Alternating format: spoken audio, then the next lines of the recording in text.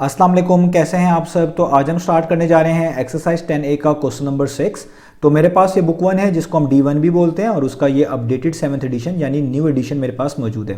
तो इस new addition का ये चैप्टर नंबर 10 चल रहा है। मैंने इस चैप्टर के नेम से एक सेपरेट प्लेलिस्ट बना दी हुई है, उसका लिंक भी नीचे डिस्क्रिप्शन में दे दिया हुआ है ताकि आपको इस चैप्टर से रिलेटेड तमाम सोल्यूशंस एक ही जगह पर आसानी से इसी प्लेलिस्ट में मिल सकें। इसके अलावा आपको डिस्क्रिप्शन में मेरे सोशल अकाउंट्स के लिंक यानी मेरी फेसबुक प्रोफाइल और मेरी इंस्टाग्राम प्रोफाइल का लिंक भी मिल जाएगा। आप इन्हीं अकाउंट्स के थ्रू अपने क्वेश्चंस को, सजेशंस को मुझ तक भी पहुंचा सकते हैं। तो आइए स्टार्ट कर लेते हैं क्वेश्चन नंबर 6 को। तो अब आपको सामने स्क्रीन पर क्वेश्चन नंबर 6 की स्टेटमेंट लिखी हुई नजर आ रही है। ये क्वेश्चन नंबर 6 का इमेज है, इसी में क्वेश्चन नंबर 6 की स्टेटमेंट भी लिखी हुई है और ए और बी पार्ट भी मेंशन्ड है। तो क्वेश्चन नंबर 6 में जो प्रॉपर्टी हम यूज करेंगे वो मैं क्वेश्चन नंबर 5 में समझा चुका हूं। आप क्वेश्चन नंबर 5 को एक बार दोबारा देख लीजिएगा ताकि आपके लिए चीजें और भी आसान हो जाए। मैं कोशिश करूंगा कि यहां भी शॉर्टली उस प्रॉपर्टी को दोबारा से बता दूं। तो क्वेश्चन नंबर 6 की स्टेटमेंट में लिखा हुआ है x degree, y degree and z degree are 3 angles lying on a straight line. तो यहां पर आपको 3 एंगल्स के बारे में कहा जा रहा है। एक का नाम एक्स है, एक का नाम वाई और एक का नाम जी है और ये तीनों के तीनों एंगल्स किसी स्ट्रेट लाइन के ऊपर मौजूद हैं। तो ए पार्ट में क्या कहा गया है, ए पार्ट में लिखा हुआ है इफ y डिग्री इज 45 यानी आपको y की वैल्यू बताई गई है 45 degree and z degree is 86 degree और आपको z की वैल्यू भी बताई गई है 86 डिग्री। तो आगे मेंशन्ड है find the value of x, तो आपने x की वैल्यू फाइंड आउट करके दिखानी है। यानी आपको y और z एंगल की वैल्यू दे दी गई है और x की वैल्यू आपने a पार्ट में फाइंड आउट करके दिखानी है। और b पार्ट में आप देखें लिखा हुआ है if x degree is 2y degree, तो b पार्ट में एक तरह की आपको x की एक्सप्रेशन कह लें, x की वैल्यू कह लें, वो बताई गई है 2y डिग्री और z की बताई गई है वो है 3y डिग्री। तो आगे लिखा हुआ है find the value of y, तो b पार्ट में आपने y की वैल्यू फाइंड आउट करके दिखानी है। यानी a पार्ट में y और z की वैल्यू गिवन है, x की वैल्यू फाइंड आउट करनी है और a पार्ट के अंदर ऐसा है y और z की गिवन और x की फाइंड आउट करनी है और b पार्ट के अंदर आपको x और z की गिवन है और y की वैल्यू आपने फाइंड आउट करके दिखानी है। तो यहां पर आपने सबसे पहले एक प्रॉपर्टी को समझना है। मैं शॉर्टली दोबारा से आपको एक्सप्लेन कर देता हूं, इससे पहले भी मैं एक्सप्लेन कर चुका हूं कि लेट्स से अगर आपके पास कोई इस तरह की स्ट्रेट लाइन हो, ये एक स्ट्रेट लाइन है, मैं यहां पे लिख देता हूं a, यहां पे लिख देता हूं b और यहां पे मैं एक और रे बनाता हूं, आप इसको लाइन कह लें समझने के लिए तो भी कोई इशू नहीं है। लेट्स से ये किस तरह की एक लाइन है जो कि स्ट्रेट लाइन के साथ कनेक्टेड है और जहां पे कनेक्ट हो रही है वो है o वर्टेक्स, ये o वर्टेक्स है। और इसी तरीके से मैं एक और यहाँ पर लाइन ड्रॉ कर लेता हूँ आपको समझाने के लिए, जस्ट रेफरेंस के तौर पे फिगर बना रहा हूँ, ये इसकी एग्जैक्ट फिगर नहीं है याद रखिएगा, जस्ट आपको एक क्वेश्चन समझाने के लिए मैं इसको इस तरीके से ड्रॉ कर रहा हूँ। तो इसके एंड पॉइंट का नाम लेट से मैं C दे देता हूँ और इधर एंड पॉइंट का नाम मैं D दे देता हूँ। अब यहाँ पर आप सोच लें 3 एंगल्स बन रहे हैं मिसाल के तौर पर, जस्ट एग्जाम्पल के तौर पर इसका नाम x डिग्री है और इसका नाम आपके पास y डिग्री है और इसका नाम आपके पास z डिग्री है। ये जस्ट समझाने के लिए बनाई है, ये इसकी एग्जैक्ट फिगर नहीं है। तो आप देखें जब भी कोई एंगल स्ट्रेट लाइन के ऊपर हो और ये जिस तरह स्ट्रेट लाइन के ऊपर है x, y और z और ये कॉमन वर्टेक्स के साथ कनेक्टेड है, ये सब के सब एंगल इस o वर्टेक्स के साथ कनेक्टेड हैं, तो हमारे पास एक कंसेप्ट आता है जिसको हम बोलते हैं एडजेसेंट एंगल्स। तो एडजेसेंट एंगल्स ऐसे एंगल्स को बोलते हैं जिनका वर्टेक्स कॉमन हो और वो कोई एक साइड कॉमन आपस में शेयर करते हो, यानी उनके दरमियान कोई एक साइड एक जैसी हो। जैसे आप y और z को देखें तो इनके दरमियान एक कॉमन साइड ये OC है और ये O से कनेक्टेड है, तो सेम वर्टेक्स है और कॉमन साइड y और z में मौजूद है OC, तो इसका मतलब ये एडजेसेंट है। इस तरह आप x और y को देखें तो इनके दरमियान कॉमन साइड ये OD है, तो कॉमन वर्टेक्स O मौजूद है और एक कॉमन साइड भी मौजूद है, तो x डिग्री और y डिग्री भी एडजेसेंट कहलाएंगे। तो इस तरह अगर कोई एंगल्स आपके पास मौजूद हो जिनका कॉमन वर्टेक्स हो और कोई एक साइड उनमें कॉमन हो तो उनको आपस में हम एडजेसेंट एंगल्स कह रहे होते हैं। तो इस तरह x और y आपस में एडजेसेंट हैं और आप कह लें y और z आपस में एडजेसेंट है। अगर आप डायरेक्ट x और z को एडजेसेंट कहें तो वो नहीं हो सकता क्योंकि उनका वर्टेक्स तो कॉमन है लेकिन उनके दरमियान कोई साइड कॉमन नहीं है, उनके दरमियान y आ रहा है तो बीच में गैप है, कोई साइड कॉमन नहीं है। तो इधर क्या होता है कि हम इनको एडजेसेंट की प्रॉपर्टीज पे किस तरह यूज करते हैं कि हम किसी दो एंगल को मिला लेते हैं। फॉर एग्जांपल अगर मैं x और y डिग्री को मिला लूं तो यहां से लेके यहां तक एंगल मुझे लेना पड़ेगा। इसका मतलब अब जो मेरी कॉमन साइड बनेगी एक तो ये बनेगी OC, वर्टेक्स तो कॉमन पहले से है O, और x और y को जब आप मिलाएंगे तो ये हो जाएगा x degree plus y degree. अब आप देखें कि जो x degree plus y degree वाला एंगल है इसकी कॉमन साइड OC है, z की भी कॉमन साइड यही है OC है क्योंकि ये भी इसी के साथ कनेक्टेड है और इनका वर्टेक्स भी कॉमन है। तो एक तरह का x degree plus y degree और z डिग्री को आप कहेंगे कि ये एडजेसेंट एंगल्स अब हो गए हैं। तो इस तरह हम स्ट्रेट लाइन पे जो एंगल्स मौजूद होते हैं अगर कोई एडजेसेंट ना भी हो उनको दो को मिलाकर एक एंगल बना लेते हैं ताकि वो तीसरे के एडजेसेंट हो जाए। जिस तरह यहाँ पर x और y को मिलाकर x degree plus y degree बना लिया ताकि वो z डिग्री के एडजेसेंट दिखाई दे, ताकि इनके दरमियान एक कॉमन साइड भी आ जाए और वर्टेक्स तो पहले से कॉमन है।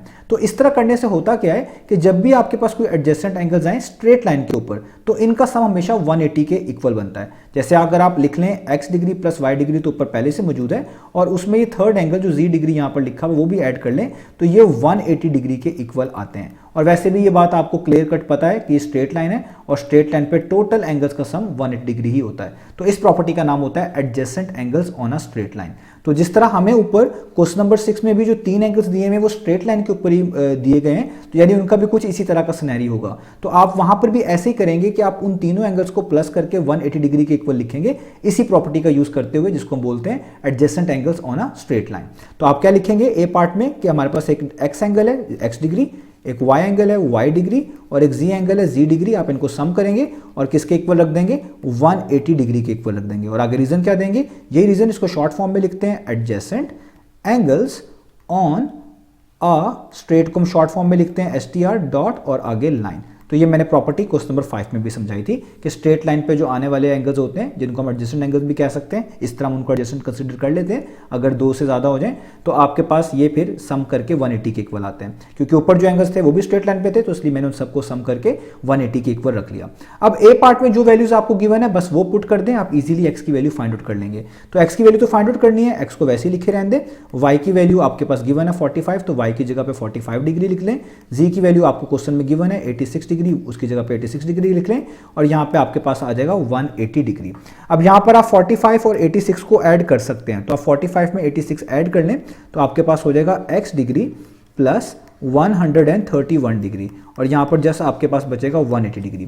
अब यहाँ पे क्योंकि x की वैल्यू फाइंड आउट करना है 131 यहाँ पर ऐड हो रहा है, जब आप इसको इक्वलिटी साइन के दूसरी तरफ मूव करेंगे तो ये वहाँ जाकर 180 में से सब्ट्रैक्ट हो जाएगा, यानी इस तरह लिखा जाएगा 180 माइनस 131 डिग्री। आप दोनों साइड्स पर 131 को सब्ट्रैक्ट करवा देते तो भी आपको यही स्टेप करना पड़ता। तो अब आपने जस्ट 180 में से 131 को क्या कर देना है, माइनस कर देना है। तो 180 माइनस 131 आपके पास कितना आ जाएगा, वो आ जाएगा 49 डिग्री।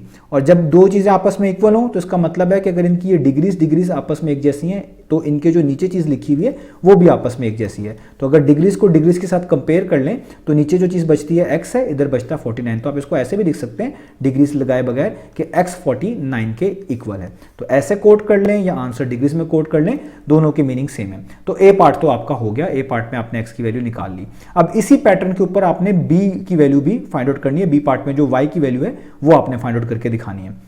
तो बी पार्ट में भी जो एंगल्स हैं वो सेम एक्स वाई और जी हैं और वो भी स्ट्रेट लाइन के ऊपर ही हैं। तो अगेन आपका जो क्वेश्चन का स्टार्ट होगा वो सेम ही होगा, यानी तीनों एंगल स्ट्रेट लाइन के ऊपर हैं। तो आप लिखेंगे X degree plus Y degree plus Z degree जो है ये 180 डिग्री के इक्वल होगा। और कुछ कंडीशन ऐसी ऊपर बनी होगी जो रेफरेंस के तौर पर मैंने आपको फिगर बनाई है, जिसमें हम प्रॉपर्टी यूज करते हैं adjacent angles on a straight line. ये मैंने यहां पर मेंशन कर दी, दोबारा से आपने भी इस तरह मेंशन कर देनी है। अब बी पार्ट में x की वैल्यू है 2y, तो आप x की जगह पे लिख देंगे 2y। तो y तो आपने फाइंड आउट करके दिखाना है, तो इस y को सेकंड पे जो लिखा हुआ है इसको वैसे ही रखेंगे। और z की वैल्यू आपको क्वेश्चन में दी गई है 3y डिग्री, तो z की जगह पर आप लिख देंगे 3y डिग्री और यहां पर 180 वैसे का वैसे ही। अब इधर y डिग्री का जो कॉफिशिएंट है कुछ भी नहीं लिखा हुआ, जहां पर कुछ ना लिखा हो इस तरह आप 1 लिख सकते हैं इधर y डिग्री के साथ, ताकि आपके लिए कैलकुलेशंस जो है आसान हो जाए। अब देखिए तीनों ऐड हो सकते हैं, लाइक टर्म्स हैं ये, तो 2 + 1 3, 3 + 3 6y। तो आप यहाँ पे लिखेंगे ये हो जाएगा 6y डिग्री और यहाँ पे जस्ट क्या बचेगा 180 डिग्री। अब यहाँ पे आपने y की वैल्यू निकालनी है, तो y डिग्री तो यहीं पर रहेगा, 6 मल्टीप्लाई हो रहा है तो इक्वलिटी साइन के दूसरे मूव करेंगे तो वहां जाकर 180 को डिवाइड करेगा। आप दोनों साइड्स पर 6 को डिवाइड करवा देते तो भी आपको यही स्टेप करना पड़ता। तो 6 यहाँ पर मल्टीप्लाई हो रहा था, जब आप इस चीज को दूसरे मूव करेंगे तो वहां जाकर 180 को क्या करेगा, डिवाइड करेगा, यानी उसके नीचे लिखा जाएगा।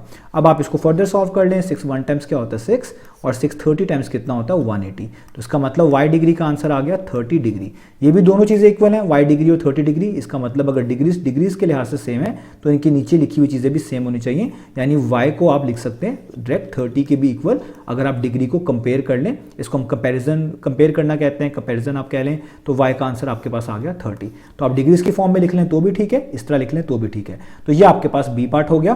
तो उम्मीद है आपको ये दोनों पार्ट समझ आए होंगे और ये adjacent angles on a straight line वाली प्रॉपर्टी समझ आई होगी। तो स्ट्रेट लाइन पे टोटल एंगल 180 होते हैं, वैसे भी हम ये चीज़ इस तरह यूज़ किया करेंगे कि स्ट्रेट लाइन पे जो भी इस तरह के एंगल्स बन रहे हुआ करेंगे उन सबको सम करके 180 के इक्वल रखा करेंगे और अपनी गिवन वैल्यू को इजीली फाइंड आउट कर लिया करेंगे।